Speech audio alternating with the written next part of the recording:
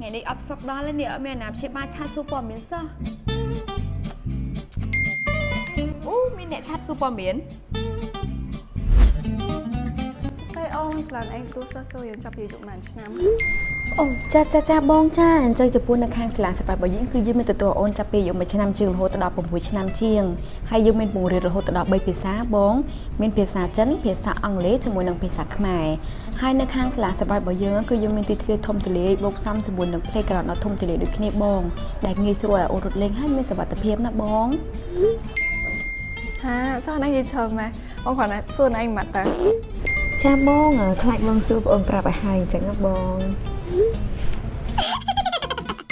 ចុះកម្មវិធីសិក្សានិងការបង្រៀនមិនដែរអូន ចាបងចំពោះកម្មវិធីសិក្សានៅខាងសាលាមត្តេយ្យរបស់យើងបងនៅខាងសាលាយើងគឺយើងមានគ្រូដែលជាចូលចិត្តដើមមកពង្រៀនផ្ទាល់តែម្ដងបងមានន័យថាមុខវិជ្ជាភាសាចិនគឺយើងមានគ្រូដែលជាចូលចិត្តចិនមកបង្រៀនមុខវិជ្ជាភាសាខ្មែរគឺយើងមានគ្រូដែលជាគ្រូអក្សរខ្មែរមកបង្រៀនជាមួយនឹងមុខវិជ្ជាភាសាអង់គ្លេសក៏យើងមានគ្រូដែលជាចូលចិត្តអង់គ្លេសមកបរៀនដូចគ្នាដែរបងអាចទុកចិត្តបានណា អូល្អដែរតាអូនមានគ្រូជួយចិត្តដើមបរៀនអញ្ចឹង មួយទៀតផងដែរបងបើសិនជាបងចង់ដឹងព័ត៌មានពីសាលាយើងកាន់តែច្បាស់បន្ថែមទៀតបងអាចចូលមកកាន់ទីតាំងសាលារបស់យើងផ្ទាល់បានណាបង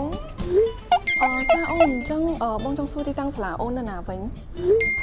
ចាបងចាចំពោះទីតាំងនៅខាងសាខាច្បារអំពៅយើងបងគឺស្ថិតនៅតាមបណ្ដោយផ្លូវជាតិលេខ1ជាប់ជាមួយនឹងក្រាសាំងពីទីក្បែរបរិយាពេញហួតបងស្នោបង អូខេអូនអញ្ចឹងស្អែកបងទៅខាងសាលាអូនឯង ចាបងចាខាងសាលារីករាយចាំទទួលបងណាបង